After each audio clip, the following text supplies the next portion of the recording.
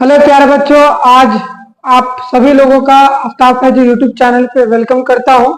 आज मैं आपसे बात करने वाला हूं क्लास 10th एक्सरसाइज नंबर 1.1 में फर्स्ट नंबर सवाल में 3 क्वेश्चन दिए हुए हैं। पहला क्वेश्चन क्या कहता है, निम्नलिखित संख्याओं का एचसीएफ ज्ञात करने के लिए यूक्लिड विभाजन एल्गोरिथ्म का प्रयोग करके एचसीएफ निकालना है। तो सबसे पहले मैं आपको बता दूं कि पहला सवाल है 135 और 225। तो सबसे पहले आपको यूक्लिड विभाजन एल्गोरिथ्म को सीखना भी जरूरी है कि ये कैसे होता है, यूक्लिड विभाजन एल्गोरिथ्म में एचसीएफ कैसे निकलता है। चलिए, पहला सवाल है 135 और 225। इसका लिखते हैं हम लोग हल।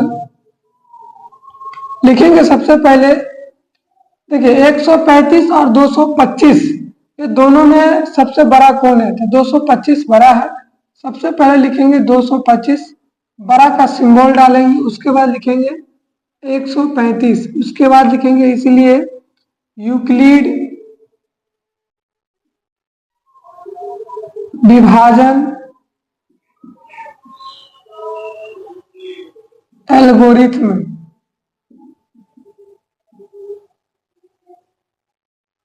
से।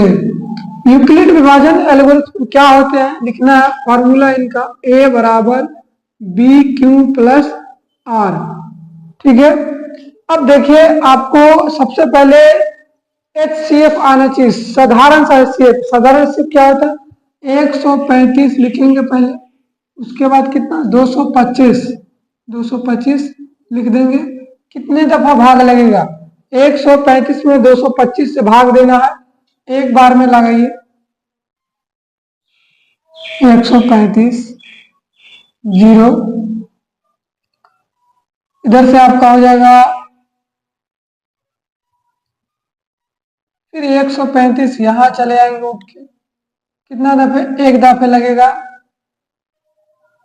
5,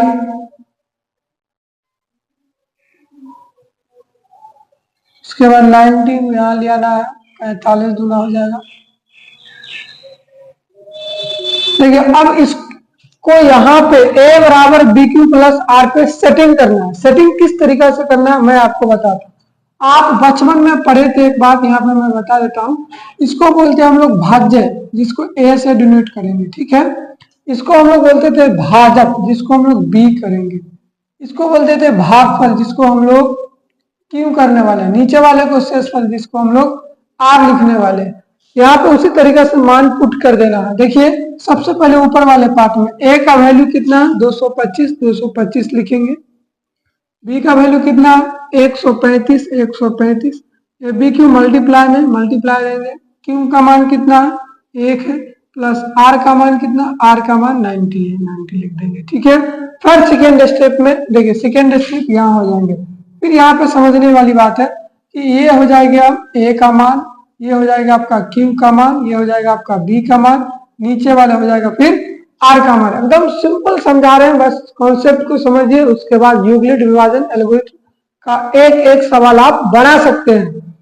चलिए मैं बताता हूं कि देखिए सेकेंड स्टेप में a का मान हो जाएगा आपका 135, फिर b का वैल्यू कितना हो जाएगा 90, फिर q का वैल्यू कितना हो जाएगा 1, प्लस r का वैल्यू आपका कितना हो जाएगा 45, यहाँ पे लिख देना है आपको।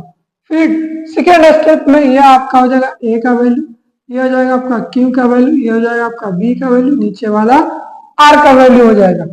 a का वैल्यू कितना है 90, b का वैल्यू कितना है 45, q का वैल्यू कितना 2 और r का वैल्यू हो गया 0।